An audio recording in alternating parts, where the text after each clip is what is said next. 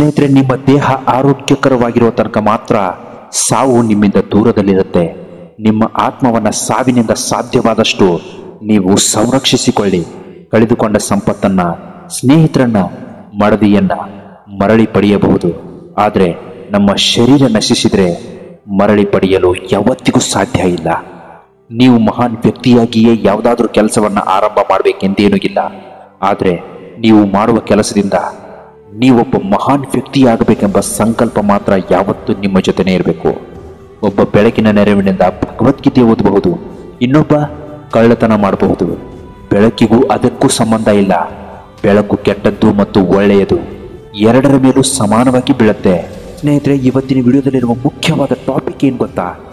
ನೀವು ಕೇವಲ 10,000 ರೂಪಾಯಿ ದುಡಿಯುತ್ತಿದ್ರು, ನೀವು ಯಾವುದೇ ಕಂಪ್ನಿಯಲ್ಲಿ ಕೆಲಸ ಮಾಡಿ, ನೀವು ಯಾವುದೇ ಕೂಲಿ ಕೆಲಸ ಮಾಡಿದ್ರು ಕೂಡ ನಿಮಗೆ ತಿಂಗಳಿಗೆ 10,000 ರೂಪಾಯಿ ಸಂಬಳ ಬರ್ತಾ ಇದೆ ಅಂದ್ಕೊಳ್ಳಿ. ಆದರೂ ಕೂಡ ನೀವು ಕೋಟ್ಯಾಧಿಪತಿ ಆಗಬಹುದು. ಅರೆ, ಇವನೇನಪ್ಪ ಹೇಗೆ ಹೇಳ್ತಾ ಇದ್ದಾನೆ ಅಂತ ಅನ್ಕೋಬೇಡಿ. ಇದರಲ್ಲಿ ತುಂಬಾ ಸತ್ಯ ಇದೆ, ಲಾಜಿಕ್ ಇದೆ. ಪುಸ್ತಕದ ಜ್ಞಾನ ಇದ್ದವನು ಕಂಪ್ನಿಯಲ್ಲಿ ಕೆಲಸ ಮಾಡ್ತಾನೆ, ಜೀವನದ ಜ್ಞಾನ ಇದ್ದವನು ಕಂಪ್ನಿಯನ್ನೇ ಓಪನ್ ಮಾಡ್ತಾನೆ. ಹೇಗೆ ಹಿರಿಯರು ಹನಿ ಹನಿ ಕೂಡಿದರೆ ಹಳ್ಳ ಅಂತಾರಲ್ಲ, ಅದೇ ರೀತಿ ನಿಮ್ಮ ಬಳಿ ಇರುವ ಅಲ್ಪ ಮೊತ್ತವೂ ಕೂಡ ನಿಮಗೆ ತುಂಬಾ ಸಹಾಯ ಮಾಡುತ್ತೆ. ಅದರ ಸಹಾಯದಿಂದ ನೀವು ತುಂಬಾ ಎತ್ತರಕ್ಕೆ ಬೆಳಿಬಹುದು. ನಾವು ಇವತ್ತು ಹೇಳ್ತಾ ಇರೋ ಈ ಟಾಪಿಕ್ನ ನೀವು ಸರಿಯಾಗಿ ಕೇಳಿಸ್ಕೋಬೇಕು. ನಿಮ್ಮ ಬಳಿ ಕೇವಲ 10,000 ಸಂಬಳ ಇದ್ದರೂ ಕೂಡ ನೀವು ಕೋಟ್ಯಾಧಿಪತಿಯಾಗ್ತೀರಾ. ಹೌದು ಸ್ನೇಹಿತರೆ, ಇವತ್ತಿನ ಟಾಪಿಕ್ಕೇ ಅಂಥದ್ದು. ಈ ಮಾತುಗಳನ್ನು ಸರಿಯಾಗಿ ಕೇಳಿಸ್ಕೊಳ್ಳಿ. ನಾವು ಹೇಳ್ತಾ ಇರೋ ಟಿಪ್ಸ್ಗಳನ್ನು ಸರಿಯಾಗಿ ನೀವು ಅನುಸರಿಸ್ಕೊತಾ ಹೋದರೆ ನೀವು ಕೋಟ್ಯಾಧಿಪತಿಯಾಗ್ತಾ ಸಾಕ್ತೀರಾ. ಹೌದು, ಬನ್ನಿ ಹಾಗಾದರೆ ನಾವು ಹೇಳ್ತಾ ಇರೋ ಈ ಟಾಪಿಕ್ನ ಲಾಜಿಕ್ ಏನು ಅಂತ ತಿಳ್ಕೊಳ್ಳೋಣ. ಮೊದಲನೇ ಕೆಲಸ, ನೀವು ಮಾಡಬೇಕಾಗಿರೋ 2 ಕೆಲಸಗಳಲ್ಲಿ ಮೊದಲನೇ ಕೆಲಸ ಏನು ಅಂದರೆ, ಯಾವತ್ತೂ ಕೂಡ ಸಾಲದ ಸುಳಿಯಲ್ಲಿ ಸಿಲುಕಬಾರ್ದು. ಹೌದು ಸ್ನೇಹಿತರೆ, ನೀವು ಯಾವತ್ತು ಸಾಲ ಮಾಡಿ ಕೊರತಾ ಇರ್ತೀರೋ ಆಗಲೇ ತಿಳ್ಕೊಂಡ್ಬಿಡಿ, ನೀವು ಕೋಟ್ಯಾಧಿಪತಿಯಾಗೋದಿರಲಿ, ನೀವು 1,000 ರೂಪಾಯಿಗೂ ಕೂಡ ಕಡಿಯಾಗಿಬಿಡ್ತೀರಾ. ಅಂತಹ ದುರ್ಗತಿ ನಿಮಗೆ ಬಂದೇ ಬರುತ್ತೆ. ಅದು ಯಾವಾಗ ಗೊತ್ತಾ? ಒಂದು ವೇಳೆ ನೀವು ಈಗಾಗಲೇ ಸಾಲದಲ್ಲಿ ಸಿಲುಕು ಹಾಕಿಕೊಂಡಿದ್ರೆ, ನಿಮ್ಮ ಬಳಿ ಈಗ ಕೇವಲ 50,000 ರೂಪಾಯಿ ಸಾಲ ಇದೆ ಅಂದ್ಕೊಳ್ಳಿ. ಅದನ್ನು ತೀರಿಸೋದಕ್ಕೆ ನೀವು ಮತ್ತೊಬ್ಬರ ಹತ್ರ ಕೈ ಚಾಚ್ತೀರಾ. ಅವನ ಬಳಿ ಕೇವಲ 25ರಿಂದ 30,000 ರೂಪಾಯಿ ಕೈ ಚಾಚಿ ಅವನಿಗೂ ಕೂಡ ಬಡ್ಡಿ ಕಟ್ಟೋಕ್ಕಾಗದೆ ಮತ್ತೊಬ್ಬರ ಕಡೆ ಸಾಲ ಮಾಡ್ತೀರಾ. ಇದರಿಂದ ನಿಮಗಾಗೋ ಸಮಸ್ಯೆ ಅಷ್ಟಿಷ್ಟಲ್ಲ ಸ್ನೇಹಿತರೆ. ಒಬ್ಬರ ಸಾಲ ಮುಟ್ಸೋದಕ್ಕೆ ಮತ್ತೊಬ್ಬರ ಹತ್ರ ಕೈ ಚಾಚೋದು, ಅವನ ಸಾಲ ತೀರಿಸೋದಕ್ಕೆ ಇನ್ನೊಬ್ಬರ ಹತ್ರ ಕೈಯೊಡ್ಡೋದು, ಇದೇ ಆಗೋಗುತ್ತೆ ಜೀವನ. ಅಂದರೆ ಈ ಜೀವನದಲ್ಲಿ ನೀವು ಬರೀ ಸಾಲವನ್ನು ತೀರಿಸೋದ್ರಲ್ಲಿಯೇ ಜೀವನ ಕಳೆದು ಹೋಗ್ತೀರಾ. ಸ್ನೇಹಿತರೆ, ಇಂತಹ ಕೆಟ್ಟ ಕೆಲಸ ಯಾವತ್ತೂ ಮಾಡೋಕ್ಕೆ ಹೋಗಬೇಡಿ. ಈಗಾಗಲೇ ನೀವು ಸಾಲದಲ್ಲಿ ಸಿಲುಕಾಕೊಂಡಿದ್ರೆ ಅದಕ್ಕೆ ಭಯ ಪಡ್ಕೊಳ್ಳೋ ಅಗತ್ಯ ಇಲ್ಲ. ನಾನೇನಪ್ಪ ಮಾಡಲಿ, ಈಗಾಗಲೇ ನನಗೆ 5ರಿಂದ 6 ಲಕ್ಷ ಸಾಲ ಇದೆ, ಅದನ್ನು ಹೇಗಪ್ಪ ತೀರಿಸಲಿ ಅಂತ ನೀವು ಯೋಚನೆಯಲ್ಲಿ ಮಗ್ನರಾಗಬೇಡಿ, ಚಿಂತಿಸಿ ಕೊರಗಬೇಡಿ. ನಮ್ಮ ಚಾನಲ್ನ ಸಬ್ಸ್ಕ್ರೈಬ್ ಮಾಡ್ಕೊಳ್ಳಿ. ನಮ್ಮ ಚಾನಲ್ನಲ್ಲಿ ಸಾಲ ಹೇಗೆ ತೀರಿಸಬೇಕು, ಸಾಲದ ಕೂಪದಿಂದ ಹೇಗೆ ಪಾರಾಗಬೇಕು ಅನ್ನೋ ವಿಡಿಯೋಗಳು ಕೂಡ ತುಂಬಾ ಇವೆ. ಅವುಗಳನ್ನು ಫಾಲೋ ಮಾಡಿ ಜೀವನದಲ್ಲಿ ಮುಂದೆ ಬರೋದನ್ನು ಕಲ್ತ್ಕೊಳ್ಳಿ. ಎಲ್ಲರಿಗಿಂತ ಕೆಳಗಿದ್ದೀನಿ ಅಂತ ದುಃಖ ಪಡಬೇಡಿ. ಅತ್ಯಂತ ಬೆಲೆ ಬಾಳುವ ವಸ್ತು ಅಂದರೆ ಮುತ್ತು, ಚಿನ್ನ, ಹವಳ, ರತ್ನ ಇವೆಲ್ಲವೂ ಭೂಮಿಯ ಆಳದಲ್ಲಿಯೇ ಸಿಗೋದು. ನಿಮಗದು ನೆನಪಿರಲಿ. ಸ್ನೇಹಿತರೆ, ನಾವು ಹೇಳೋ ಮೊದಲನೇ ಪಾಯಿಂಟ್ಸ್, ಸಾಲದ ಕೂಪದಿಂದ ಮೊದಲು ಹೊರಗೆ ಬನ್ನಿ.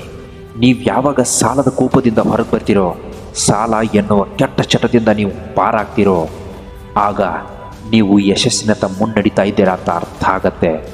ಬನ್ನಿ ಹಾಗಾದರೆ ಇನ್ನು ನೀವು ಮಾಡಬೇಕಾಗಿರೋ 2ನೇ ಕೆಲಸ ಯಾವುದು ಅಂದರೆ ಇನ್ವೆಸ್ಟ್ಮೆಂಟ್ಸ್. ಹೌದು ಸ್ನೇಹಿತರೆ, ನಿಮಗೀಗ ಕೇವಲ 10,000 ಸಂಬಳ ಇದೆ ಅಂದ್ಕೊಳ್ಳಿ. ಅದರಲ್ಲಿ ಕೇವಲ ತಿಂಗಳಿಗೆ 3,000 ರೂಪಾಯಿ ತೆಗೆದಿಡಿ, ಅದು ಇನ್ವೆಸ್ಟ್ಮೆಂಟ್ಸ್. 3,000 ರೂಪಾಯಿ ನೀವು ಪ್ರತಿ ತಿಂಗಳ ತೆಗೆದಾ ಇರ್ತೀರಿ, ಅದು ವರ್ಷದಲ್ಲಿ 36,000 ರೂಪಾಯಿ ಆಗುತ್ತೆ. ಆ 36,000 ರೂಪಾಯಿನ ಹಾಗೆ ಉಳಿತಾಯ ಮಾಡ್ಕೊಂಡು ಇಟ್ಕೋಬೇಡಿ. ಆ 36,000 ರೂಪಾಯಿನ ಮತ್ತೆ ಯಾವುದಾದ್ರಲ್ಲೂ ಬ್ಯಾಂಕ್ನಲ್ಲಿ ಇನ್ವೆಸ್ಟ್ ಮಾಡಿ. ಅದಕ್ಕೆ ಡಬಲ್ ಹಣ ಬರೋ ಹಾಗೆ ನೀವು ನೋಡ್ಕೋಬೇಕು. ಫಾರ್ ಎಕ್ಸಾಂಪಲ್, ನಿಮಗೊಂದು ಮಾತು ಹೇಳ್ತೀನಿ. ಈಗ ನಿಮ್ಮ ಹತ್ರ 1 ಲಕ್ಷ ರೂಪಾಯಿ ಇದೆ ಅಂದ್ಕೊಳ್ಳಿ. 1 ಲಕ್ಷ ರೂಪಾಯಲ್ಲಿ ಒಂದು 2 ವೀಲರ್ ತೊಗೋಬೇಕು ಅಂತ ನೀವು ಯೋಚನೆ ಮಾಡ್ತೀರಾ.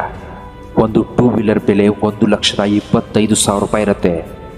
ಆಗ ನೋಡಿ, ನಿಮಗೆ 25,000 ರೂಪಾಯಿ ಕಡಿಮೆ ಬಿದ್ದಿರುತ್ತೆ. ಯಾರ ಹತ್ರನೂ ಕೈ ಒಡ್ಡೋದು ಬೇಡ ಅಂತ ನೀವು ಅದೇ ಹಣವನ್ನು ತೆಗೆದು ಮನೇಲಿಡ್ತೀರಾ. 25,000 ರೂಪಾಯಿ ಯಾವಾಗ ಅಡ್ಜಸ್ಟ್ ಆಗುತ್ತೋ ಆಗ ಬೈಕ್ ತೊಗೊಂಡ್ರಾಯ್ತು ಅಂತ ನೀವು ತಲೆಯಲ್ಲಿ ಹಾಕ್ಕೊಂಡು ಹಾಗೆ ಆ 1,00,000 ಮನೇಲಿ ಇಟ್ಟು ನೋಡಿ. 5 ವರ್ಷ ಕಳೆದು ಹೋಗುತ್ತೆ, ಆದರೂ ಕೂಡ ನಿಮ್ಮ ಬಳಿ ಬೈಕ್ ಇರೋದಿಲ್ಲ. ಆಗ ಆ 1,00,000 ಯಾವುದೇ ಕಾರಣಕ್ಕೂ ಹೆಚ್ಚಾಗಿರೋದಿಲ್ಲ. ಆ 1,00,000 ನಿಮ್ಮ ಮನೆಯಲ್ಲಿ ನೀವು ತಿಜೋರಿಯಲ್ಲಿ ಇಟ್ಟಿದ್ರಿಂದ ಅಷ್ಟೇ ಇರುತ್ತೆ. ಆದರೆ ಆ ಬೈಕ್ನ ಬೆಲೆ 1,70,000ರಿಂದ 80,000 ಒಳಗೆ ಹೋಗಿ ತಲುಪಿರುತ್ತೆ. ಯಾಕಂದರೆ ಹಣದುಬ್ಬರ, ಬೆಲೆ ಏರಿಕೆ. ಸ್ನೇಹಿತರೆ, ಮಾರುಕಟ್ಟೆಯಲ್ಲಿ ಬೆಲೆ ಯಾವತ್ತೂ ಸ್ಪರ್ಚುವಲ್ ಆಗಿರಲ್ಲ, ಯಾವತ್ತೂ ಹೆಚ್ಚಾಗ್ತಾನೆ ಇರುತ್ತೆ. 5 ವರ್ಷದಲ್ಲಿ 1,00,000 ಇದ್ದ ಬೈಕ್ 1,80,000 ಆಗಿ ಇರುತ್ತೆ. ಆಗ ನೋಡಿ, ನೀವು ಮನೆಯಲ್ಲಿ ಇಟ್ಟಿದ್ದ 1,00,000 1,00,000 ಆಗಿಯೇ ಉಳಿದಿರುತ್ತೆ ಹೊರತು ಅದು ₹1 ಕೂಡ ಹೆಚ್ಚಾಗಿರೋದಿಲ್ಲ. ಅದೇ ಹಣವನ್ನು ನೀವು ಬ್ಯಾಂಕ್ನಲ್ಲಿ ಬೇರೆ ಯಾವುದರಲ್ಲಾದರೂ ಇನ್ವೆಸ್ಟ್ಮೆಂಟ್ ಮಾಡಿದರೆ ಆ ಹಣ ಡಬಲ್ ಆಗ್ತಾ ಇರುತ್ತೋ. ಸ್ನೇಹಿತರೆ, ನೀವು ಯಾವತ್ತೂ ನಿಮ್ಮ ಉಳಿತಾಯದ ಹಣವನ್ನು ಬ್ಯಾಂಕ್ನಲ್ಲೂ ಅಥವಾ ಮನೆಯಲ್ಲೂ ಇಟ್ಟು ಅದನ್ನು ಯಾವತ್ತೂ ಸಾಯೋ ಹಾಗೆ ಮಾಡಬೇಡಿ. ಆ ಹಣವನ್ನು ಮತ್ತೆ ಯಾವುದರಲ್ಲಾದರೂ ಇನ್ವೆಸ್ಟ್ ಮಾಡಿ. ಆ ಹಣ ನಿಮಗೆ 10 ವರ್ಷದಲ್ಲಿ 3 ಪಟ್ಟಾಗಿ ಬೆಳೆಯೋ ಹಾಗೆ ನೀವು ಯಾವುದರಲ್ಲಾದರೂ ಇನ್ವೆಸ್ಟ್ಮೆಂಟ್ ಮಾಡಿ. ಆ ಹಣ, ನಿಮ್ಮ ಹಣ 3 ಪಟ್ಟು ಬೆಳವಣಿಗೆ ಆದರೆ 36,000 ಇದ್ದದ್ದು 1,00,000 ಆಗುತ್ತೆ. ನೀವು ಅದೇ ರೀತಿ 2ನೇ ವರ್ಷ ಮತ್ತೆ 36,000 ದುಡಿತೀರಾ, ಅದು ಕೂಡ 2,00,000 ಆಗುತ್ತೆ. ಹೀಗೆ ನಿಮ್ಮ ಹಣ ದುಪ್ಪಟ್ಟಾಗ್ತಾನೆ ಹೋಗುತ್ತೆ. ಕೆಲವು ದಿನಗಳಲ್ಲಿ ನೀವು ಕೋಟ್ಯಾಧಿಪತಿಯಾಗುತ್ತಾ ಸಾಗ್ತೀರಾ. ನಾವು ಹೇಳ್ತಾ ಇರೋ ಮಾತು ನಿಮಗೆ ಎಷ್ಟು ನೆಗ್ಲೆಕ್ಟ್ ಮಾಡ್ತೀರೋ ಅಷ್ಟು ನೀವು ಕೆಳಗಡೆ ಇರ್ತೀರಾ.